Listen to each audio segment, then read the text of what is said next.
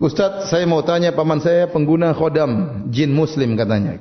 Sering saya ditawarkan untuk pakai karena sering mengingatkan untuk sholat tepat waktu. Kalau badan sakit keselio bisa disembuhkan. Seperti disentak-sentak tahu-tahu sembuh. Apa yang harus saya lakukan untuk mengembalikan dia ke jalan yang benar ya? Ingatkan bahwasanya tidak boleh demikian ya. Yang berhak menguasai jin cuma Nabi Sulaiman. Dan Nabi Sulaiman pernah berdoa, "Habli mulkan la yambagi li ahadin min ba'di, innaka antal wahhab." Ya Allah, anugerahkanlah kepadaku suatu kerajaan yang tidak boleh untuk seorang pun setelahku. Sungguhnya Engkau Maha Pemberi anugerah. Oleh karenanya waktu Nabi sallallahu alaihi wasallam sedang salat, tahu-tahu ada jin ifrit mengganggu Nabi. Maka Nabi selalu mengatakan, "Famakkani Allahu minhu." Maka Allah membuat aku bisa menangkapnya. Maka Nabi pun mencekik jin tersebut sampai Nabi mengatakan, aku merasakan dinginnya lidahnya atau liurnya. Nabi cekik dia. Kata Nabi, kalau bukan saya ingat, kemudian saya pun fadzakartu doa akhi. Saya pun ingat doa saudaraku Nabi Sulaiman alaihissalam. Yaitu, ya Allah anugerahkan kepadaku kerajaan yang tidak boleh bagi seorang pun setelahku.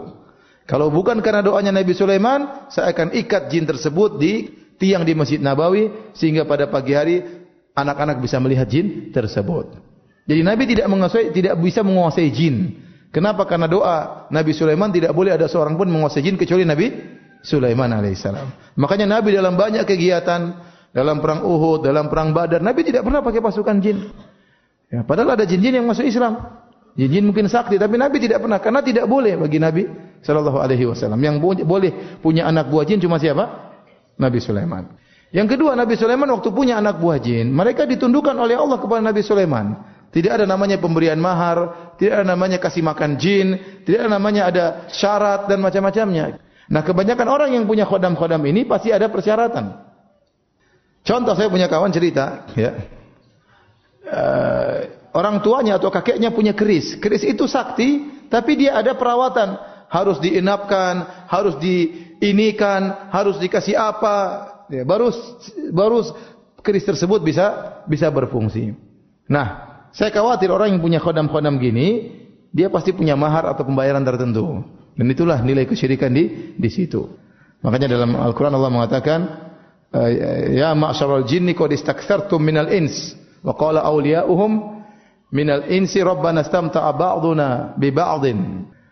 Tatkala Allah berkata, wahai ma'syaral jin, wahai jin sekalian, sungguhnya kalian telah menyesatkan banyak manusia. Maka berkatalah wali-wali mereka dari kalangan manusia, ya Rabb kami, sungguhnya kami telah saling menyenangkan di antara kami. Jin menyenangkan manusia, manusia menyenangkan jin. Adapun jin menyenangkan manusia, jin membantu manusia. Keperluannya apa? Ya.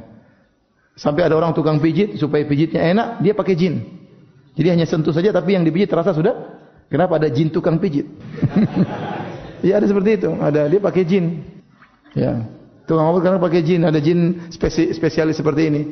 Jadi jin menyenangkan manusia dengan membantu banyak kebutuhan manusia. Dan manusia menyenangkan jin dengan tunduk kepada persyaratan yang disyaratkan oleh jin. Dan itulah kesyirikan yang menyebabkan mereka masuk neraka Jahannam. Coba tanya, ini pamannya bisa punya khodam, gimana ceritanya? Ya. Ya, pasti ada persyaratan yang dia berikan. Wallahu a'lam bishawab.